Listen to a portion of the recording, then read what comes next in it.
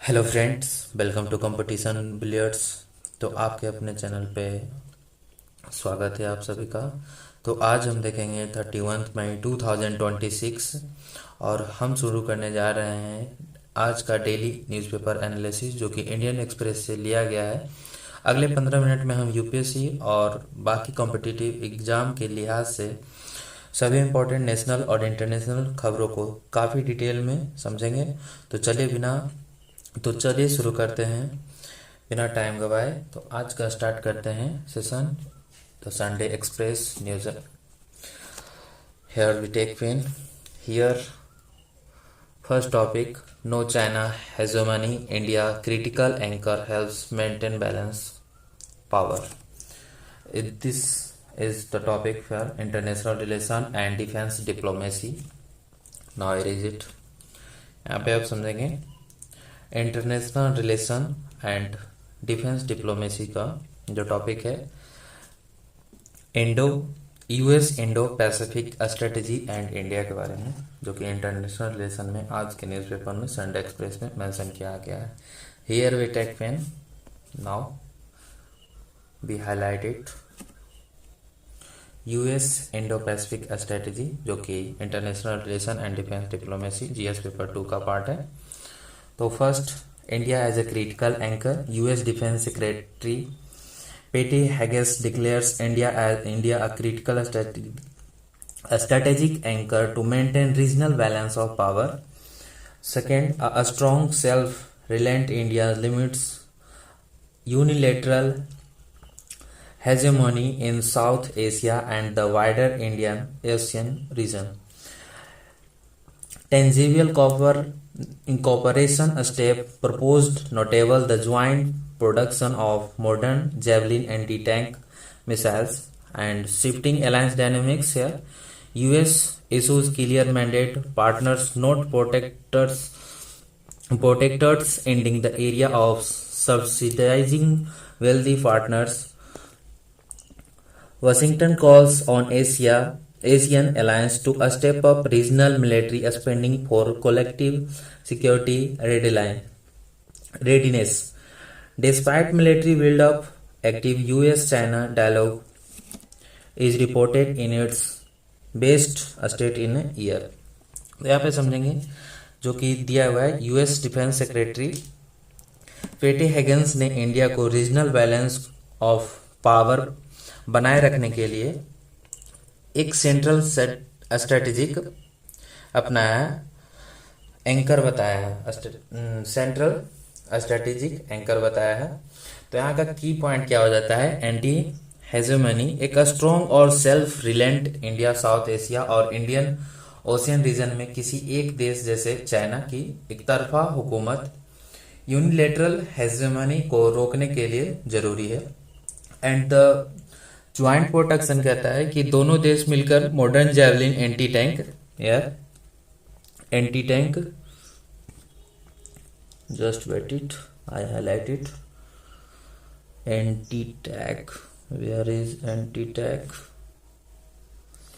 Yes, anti tank missiles, javelin anti tank missile जो कि बताया गया है, ज्वाइंट प्रोटेक्शन, दोनों मिलकर modern javelin anti tank missile को ज्वाइंट प्रोडक्शन करने पर बात कर रहे हैं। न्यू यूएस मैंडेट, यूएस ने साफ कहा है पार्टनर्स नॉट प्रोटेक्टर्स, मतलब अब यूएस अपने अमीर पार्टनर्स को फ्री में मिलिट्री सब्सिडी नहीं देगा। एशियन अलायंस को खुद अपना डिफेंस बजट बढ़ाना होगा। यूएस चाइना रिलेशन इतनी मिलिट्री बिल्डअप के बाद भी यूएस का कहना है कि बेजिंग चाइना के साथ उनका डायलॉग पिछले कुछ सालों के मुकाबले सबसे अच्छे फेज में है। तो आप समझेंगे कि ध्यान देने वाली बात है कि यूएस अब अपनी फॉरेन पॉलिसी बदल रहा है। जो कि पार्टनर्स नॉट प्रोटेक्टर्स का मतलब यहाँ पे हो जाता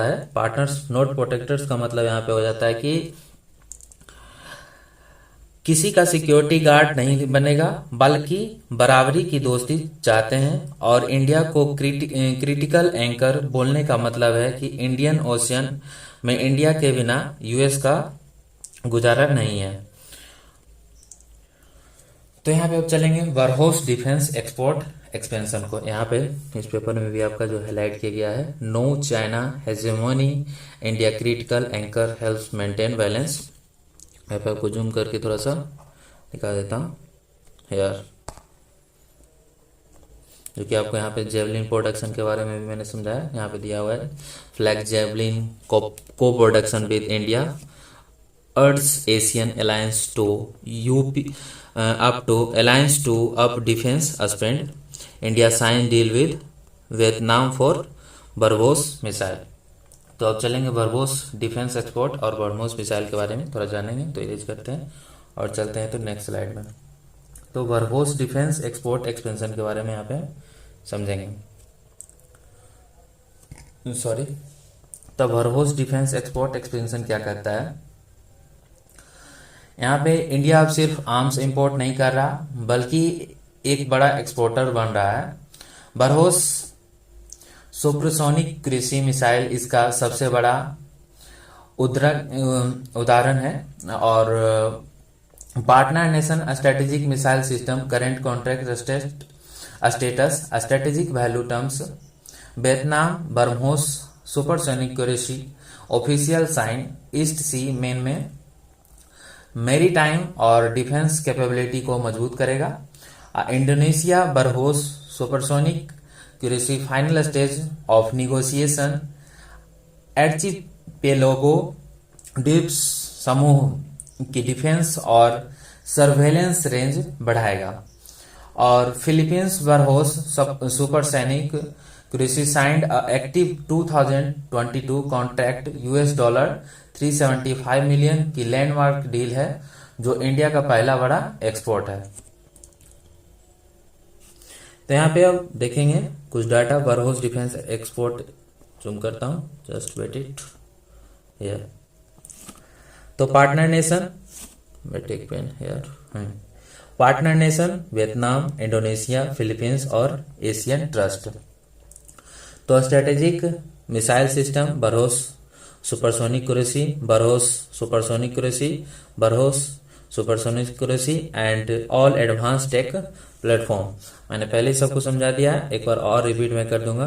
current contract status official sign, final state of negotiation sign and active 2022 contract, strategic integration zone and strategic value and terms, bolster maritime and defense capability in East SC, enhance archipelago defense and surveillance range, valued at $375 million, landmark initial export, aims at collaborative safety without exclusive blocks। तो अब चलेंगे environment और ecology की ओर। Here it is it, and environment and ecology is the part of the general study paper 3rd। तो यहाँ पे देखेंगे Chambal sanctuary mining crisis. Chambal sanctuary mining crisis के बारे में देखेंगे। तो देखते हैं कि इंडियन एक्सप्रेस के किस पेज में इसके बारे में दिया गया है। तो देखते हैं यहाँ पे थोड़ा सा को चंबल इंडिया है साइड विद वियतनाम, ये हमने अभी रीड कर चुका है। इंडिया है sign deal with Vietnam for supply of BrahMos, तो क्या आपको समझ में आ चुका होगा, इसके पहले में देख लिया है। ओके, और चलते हैं यहाँ पे, अब चलेंगे जो कि हमको अभी करना है चंबल के बारे में। ये देखिए गया, why supreme court is cracking the whip against state over Chambal, जो कि ये पेपर 3 का पार्ट है एनवायरमेंट एंड इकोलॉजी को। तो यहाँ पे समझेंगे supreme court indictment the apex court is Islamabad court slammed Rajasthan MP and UP for failing to stop illegal and mining syndicates operating the sanctuary. SC state Rajasthan attempt to denotify 732 hectares of the sanctuary city, criticizing a state helpless claims against armed mafians, ecosystem and biodiversity run. Unregulated sand extraction destroys critical nesting grounds, threatening endangered gharials, Ganges, rivers, dolphins and यार एक minute reach करके यहाँ पे थोड़ा सा आपको दिखाता हूँ, ज्यादा जूम हो गया यार स्लाइड है। हाँ अब लेते हैं फिर से। तो क्या कहता है, dolphins and native turtles and deposit extensive dam blockades chamber retains the highest ecological conservation index inside the Gangetic system। तो यहाँ पे आप समझेंगे चंबल सेंचुरी माइनिंग क्राइसिस के बारे में। तो सुप्रीम कोर्ट का कहना है, सुप्रीम कोर्ट ने राजस्थान, मध्य प्रदेश और उत्तर प्रदेश और यूपी सरकार को जमकर फटकार लगाई है, क्योंकि वो चंबल सेंचुरी में चल रहे इलीगल सैंड माइनिंग सिंडिकेट्स को रोकने में नाकाम रहे हैं। और इकोलॉजिकल डिस्ट्रक्शन जो कहता है अनरेगुलेटेड सैंड माइनिंग की वजह से नदियां बर्बाद हो रही हैं। इससे क्रिटिकल इंडेंजर्ड घड़ियाल, गंगेज रिवर्स, डॉल्फिन्स और नेटिव टर्टल्स एंड देने के जगह नेस्टिंग ग्राउंड्स खत्म हो रहे हैं। तो सुप्रीम कोर्ट का एक्शन है कि राजस्थान सरकार sanctuary 732 hectare of the just wait it here, okay, take it pen century criticizing state helpless claims against armed mafians। तो सुप्रीम कोर्ट ने जिस पर 700 राजस्थान सरकार ने सेंचुरी के 732 हेक्टेयर्स एरिया को डिनोटिफाई सेंचुरी के दायरे से बाहर करना चाहती है, जिस पर एससी ने स्टे लगा दिया है और कोर्ट ने स्टेट गवर्नमेंट्स के बहाने को खारिज कर दिया है और वो आर्म्ड माफियंस के सामने हेल्पलेस हैं। तो हाई बायोडाइवर्सिटी इंडेक्स, इतने सारे डैम्स बने होने के बाद कंजर्वेशन इंडेक्स सबसे ज्यादा है, इसलिए इसको बचाना बहुत जरूरी है। तो यहाँ पे अब चलते हैं, इरेज करते हैं। तो यहाँ पे चलते हैं construction sand supply breakdown, conservation sand supply. तो यहाँ पे न्यूज़पेपर में भी दिया होगा, एक बार देखते हैं कहाँ पे है। चंबल इम्पोर्टेंस, ये देखिए आपको यहाँ पे आ जाता है आपका 26.7% annually 700 million 2080 tonnes 22 million tons manufactured from coal mine overdone production data from 4 Uttarakhand, Maharashtra, Andhra Pradesh. तो यहाँ पे आप देखेंगे कंस्ट्रक्शन सैंड सप्लाई। तो कंस्ट्रक्शन सैंड क्राइसिस जो है, तो analysis of the supply defect, just wait थोड़ा छोटा करते हैं, एक मिनट, yes, and analysis of supply defect. Unmet demand black market 40%, river sand production 33%, coal mining over 3% and other unaccounted source 24%। तो यहाँ पे डाटा एनालिसिस जो करता है, स्लाइड कंटेंट समरी के अनुसार से मिनिस्ट्री ऑफ माइंस के डाटा के अनुसार इंडिया में कंस्ट्रक्शन के लिए जरूरी रेत की भारी कमी है, जिसके कारण सैंड माफिया बढ़ रहे हैं। और यहाँ पे 40% सप्लाई गैप्ड, उम्मीद demand black market and 33% river sand production ecological stress and 24% जो है other unaccounted source and 3% coal mining overburden and the demand और सप्लाई 40% का गैप है। इसी गैप का फायदा उठाकर वायलेंट माइनिंग सिंडिकेट्स जन्म लेते हैं। 33% रिवर सैंड, सिर्फ 1/3 सैंड की लीगल नदियों से आता है, जो नदियों पर बहुत ज्यादा इकोलॉजिकल स्ट्रेस डाल रहा है। ओके, तो यहाँ पे चलते हैं थोड़ा सा और। यहाँ पे है ये जो 3% है, कहाँ गया, कोल माइनिंग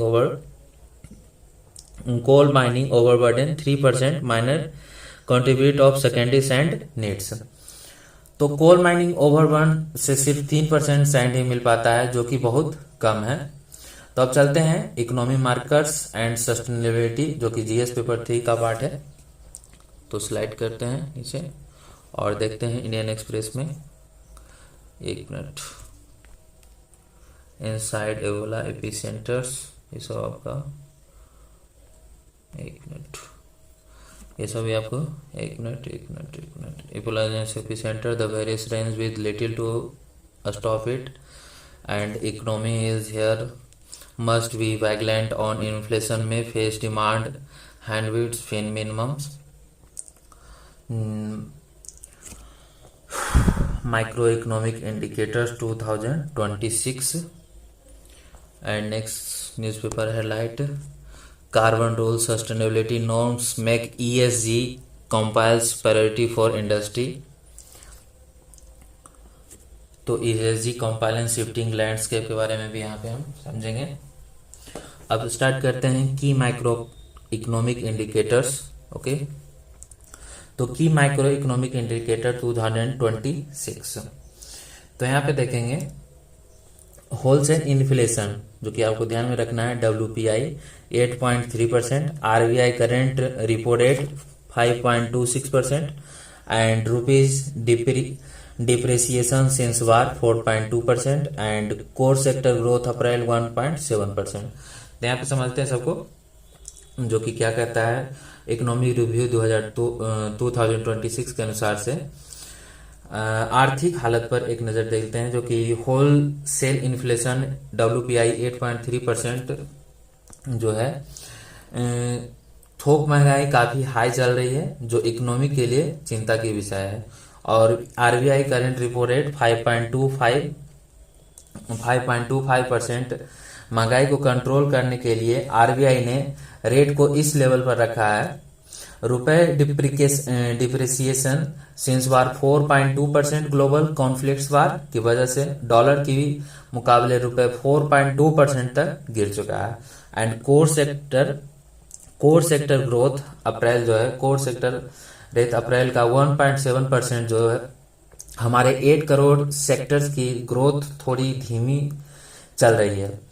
और यहाँ पे समझेंगे कि मेंस के लिए जो क्या हो जाता है, मेंस के आंसर में जब तक आप ये लेटेस्ट डाटा नहीं लिखेंगे, जैसे कि WPI 8.3% चल रहा है, कोर सेक्टर 1.7% हो गया, और तब तक आपको एक्स्ट्रा मार्क्स नहीं मिलेगा। इसको अच्छे से नोट कर लीजिएगा, जो कि आपके मेंस के पर्सपेक्टिव से बहुत ही इंपॉर्टेंट है।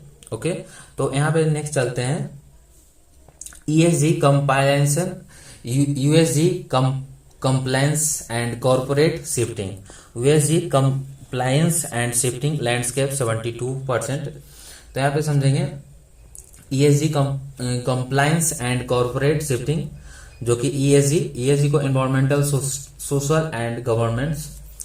Now carbon rules sustainability norms make ESG a compliance priority for industry. Now we take it pen and now understand the transiting corporate priorities। UA carbon border adjustment mechanism CBAM, जो कि CBM यहाँ पे आपको ध्यान रखना है। Carbon border adjustment mechanism converts voluntary disclosure legal mandates, India business responsibility and sustainability reporting BRSR business responsibility and sustainability reporting informs carbon accountability, and vendor ecosystem and supply chains present the biggest hurdles for structure emission tracking। and 72% जो क्या कर रहा है, India corporate initiatives remain at an early stage of carbon and emission tracking showing a major domestic readiness। तो यहाँ पे आप सब कुछ समझेंगे ESG कंप्लायंस सिस्टम लैंडस्केप के बारे में एक समराइज व्यू में यहाँ पे समझते हैं। तो यहाँ पे है ESG environmental, social and governance. Norms of voluntary उनके मुताबिक नहीं रहे, बल्कि लीगल मैंडेट्स बनते जा रहे हैं। Global plus EU European union and CBM carbon border adjustment mechanism अब कार्बन डिस्क्लोजर को कानूनन मैंडेटरी कर रहे हैं। और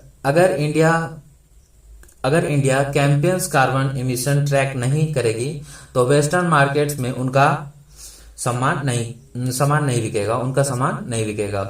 तो यहाँ पे इंडिया BRSR, इंडिया का business responsibility and sustainability reporting, BRSR जो कहता है कंपनीज को स्ट्रिक्ट कार्बन अकाउंटेबिलिटी के लिए मजबूर कर रहा है। एंड डोमेस्टिक रेडिलेंस गैप एक रिपोर्ट के मुताबिक 72%, यहाँ पे आपको जो कि डाटा शो कर रहा होगा 72% इंडियन कॉर्पोरेट इनिशिएटिव, एक रिपोर्ट के मुताबिक 72% इंडियन कंपनीज अभी भी कार्बन ट्रैकिंग के बहुत शुरुआती स्टेज पर है। उनकी सप्लाई चेन्स और वेंडर्स इमिशन को सही से ट्रैक नहीं कर पा रहे हैं, जो कि एक बड़ा रिस्क है। तो चलते हैं सेक्शन 4 की ओर, जो कि आपका Buddhist culture and relic diplomacy है, और जो कि आपका पेपर 4 के GS पेपर 1 और GS पेपर 2 में बहुत ही इंपॉर्टेंट रोल अदा करता है, बुद्धिस्ट कल्चर रेलिक डिप्लोमेसी। तो इसको हमने यहाँ पे कंप्लीट कर लिया कि जो carbon rule sustainability norms make ESG compliance priority for industry. Now erase it and move to the next slide, and here is the topic of related with the Buddhist culture relic diplomacy.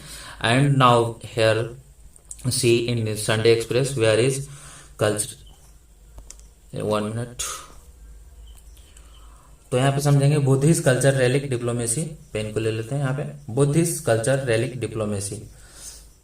तो data के अनुसार से 1950 ले exhibition sent by PM Nehru post 1947 to 48 war to revive a spiritual moral of the front lines, and 1978 Sri Lanka tour, first key global diplomat of the Strait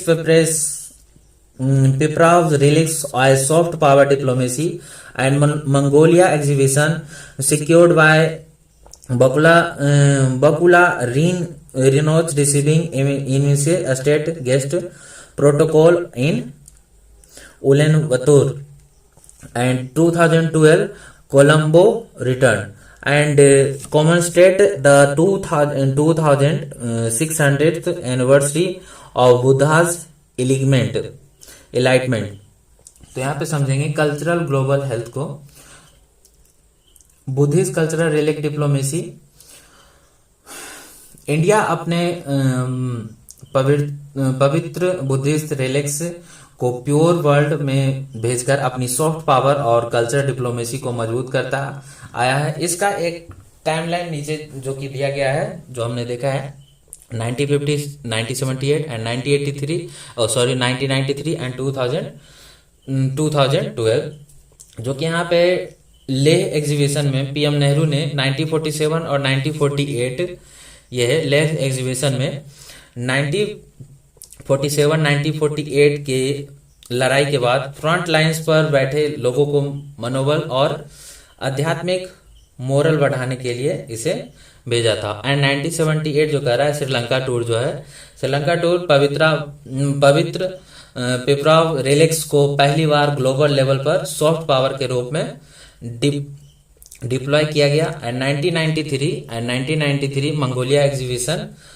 exhibition जो कि बगुला रिनपोचे द्वारा इसे सिक्योर किया गया, जहां उलानबातर में इसको स्टेट गेस्ट जैसा बड़ा प्रोटोकॉल मिला। And 2012 Colombia return.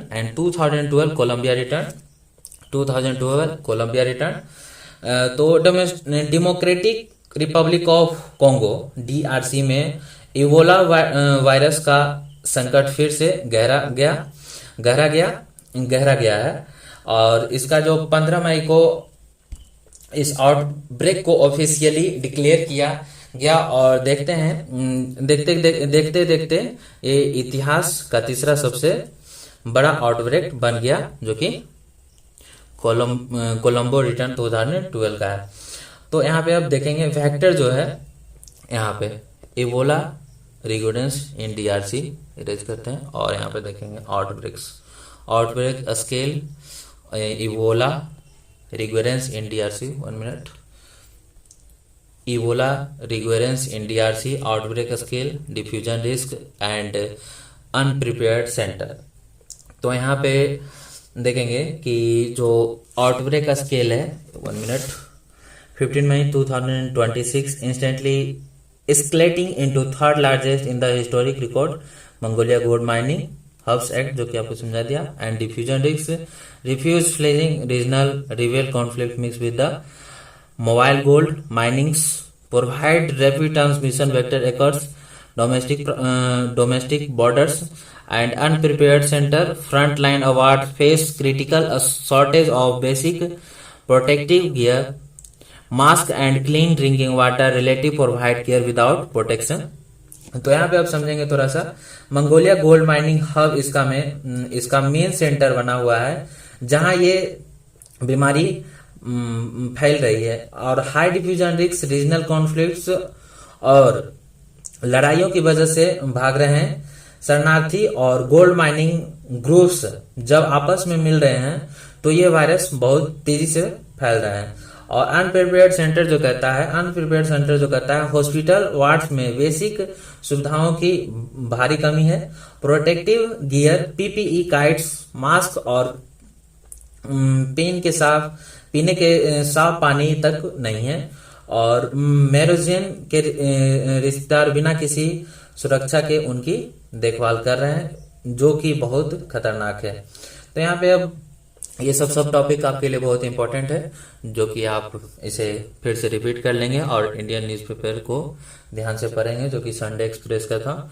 तो now we end the session of the Indian Express here and we meet in the next video. तो आप वीडियो को ज़्यादा शेयर करेंगे।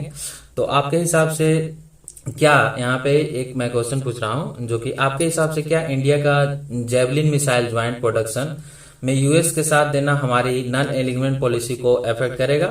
तो आप अपना आंसर कमेंट बॉक्स में कर सकते हैं, और पीडीएफ के लिए हमारे डिस्क्रिप्शन बॉक्स में लिंक है, उस पर कमेंट कीजिएगा। Thank you, have a nice day.